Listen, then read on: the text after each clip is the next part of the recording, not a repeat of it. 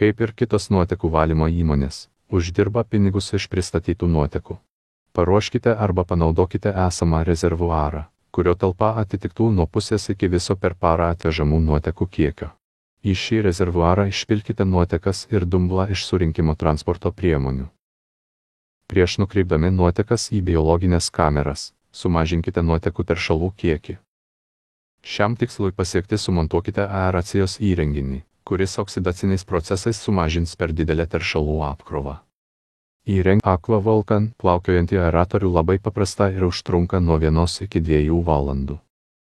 Aeratorių nuleidžiame kranu, pastatome jį rezervuaro viduryje ir virvėmis pritvirtiname prie krantų. Įrenginys paruoštas darbui.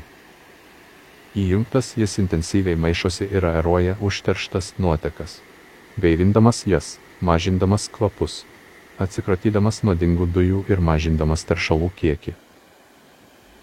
Koncentruotoms nuotekoms išvalyti užtenka 12–24 valandų aeravimo, kad jos neturėtų neigiamos įtakos viso valymo įrenginio darbui.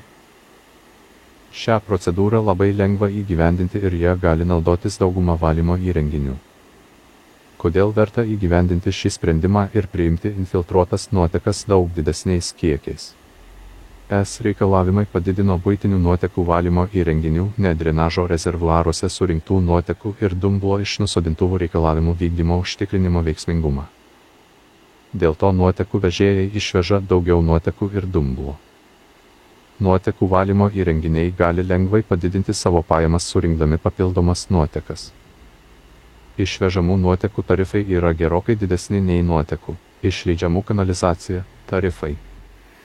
Be to, išvežamų nuotekų tarifai nustatomi vietos valdžios lygmeniu ir jiems nereikia ilgai derinti su vandentiekio įmonėmis.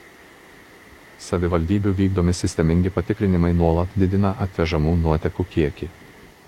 Taigi galima padidinti nuotekų valymo įrenginių pajamas, priimant nuotekas keliskart didesnėmis kainomis.